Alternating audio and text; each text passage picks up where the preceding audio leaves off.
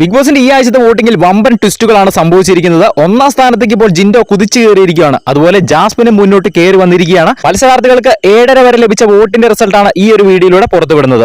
7:30 വരെയുള്ള റിസൾട്ട് നോക്കുമ്പോൾ ഒന്നാം സ്ഥാനത്ത് ഇപ്പോൾ ഉള്ളത് ജിൻഡോയാണ്. 1,12,638 വോട്ടുകളാണ് ജിൻഡോയ്ക്ക് നേടാൻ കഴിഞ്ഞത്. രണ്ടാം സ്ഥാനത്തേക്ക് പിന്തള്ളപ്പെട്ടു പോയിരിക്കുകയാണ് സിജോ. 1,05,629 വോട്ടുകളോടെ രണ്ടാം സ്ഥാനത്ത് നിൽക്കുകയാണ് സിജോ. മൂന്നാം സ്ഥാനത്തേക്ക് ഇപ്പോൾ കയറി വരാൻ ജാസ്മിൻ ജാഫറിന് സാധിച്ചിട്ടുണ്ട്. 95,797 വോട്ടുകളാണ് ജാസ്മിൻ നേടിയത്.